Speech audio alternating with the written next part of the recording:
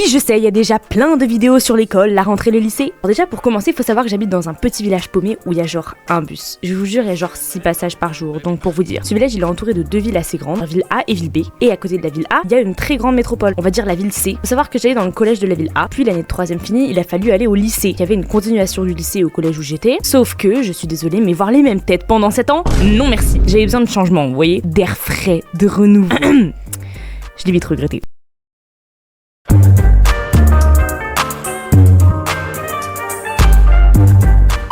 Déjà, je veux faire un métier artistique, donc j'ai cherché des lycées d'art dans la grande ville C. Là-bas, je pourrais faire des sorties dans les cafés, des musées, etc. Et comme beaucoup de gens du village A allaient dans la ville C, ça allait être plus facile de garder contact. Je vous jure, j'ai tout fait pour aller en ville. Parce que si je trouvais rien, je devais aller dans mon lycée de secteur, dans lequel je voulais absolument pas aller, dans la ville B. Dans la ville encore plus éloignée que la ville C, je connaîtrais genre personne. Fin automne, il y avait déjà des gens qui savaient où ils allaient aller, et puis il y avait moi, fin juin, qui attendais tranquillement mes résultats sans même savoir où j'allais aller si mes plans échouaient. Mes plans.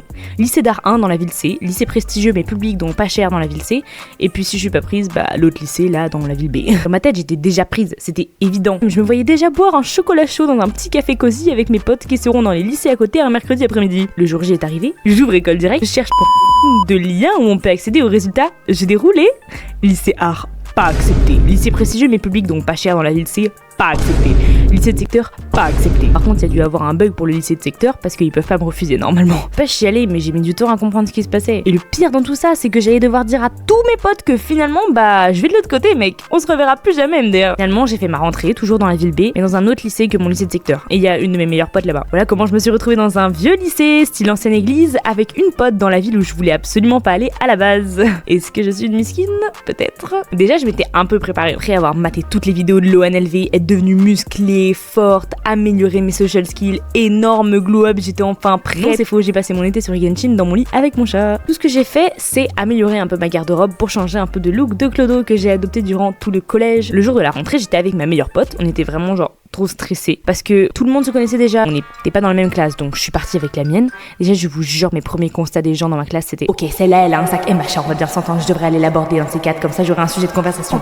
Putain, j'aime trop son style, lui, il est trop swag, je lui demanderai d'où il vient ce sujet. Wesh, c'est quoi ce prénom? Deuxième jour, je fais connaissance avec ma voisine. Je vous jure, la meuf, elle a une obsession avec My Hero Academia, genre, elle a le sac, les habits, les pins, l'agenda. Je veux dire, j'aime bien, mais je suis pas obsédée à ce point. Ensuite, il y a une fille qui m'a abordée en cours de physique, je vous jure, je l'ai bénie, elle était trop gentille. Alors déjà, j'ai plusieurs choses à dire. On m'avait pas prévenu qu'on se faisait douiller au niveau des emplois du temps.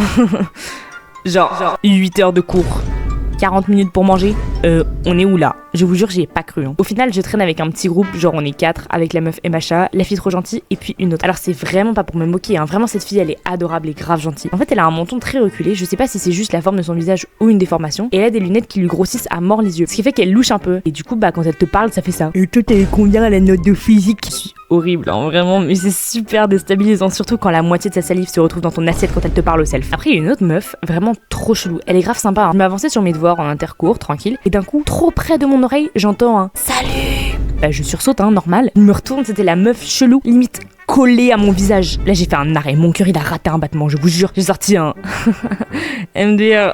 Maintenant parlons des profs. Mon prof de français, je suis désolée pour les balles perdues à répétition, mais si je savais pas qu'il était prof de français, premier degré je l'aurais pris pour un clodo. Tenez pour acheter du pain. Lecture linéaire tout le monde. Ma prof de physique. Je sais pas si vous voyez dans Peter Pan, mais le chef des Indiens, il a une bouche grave chelou. Je vous jure, elle a exactement la même.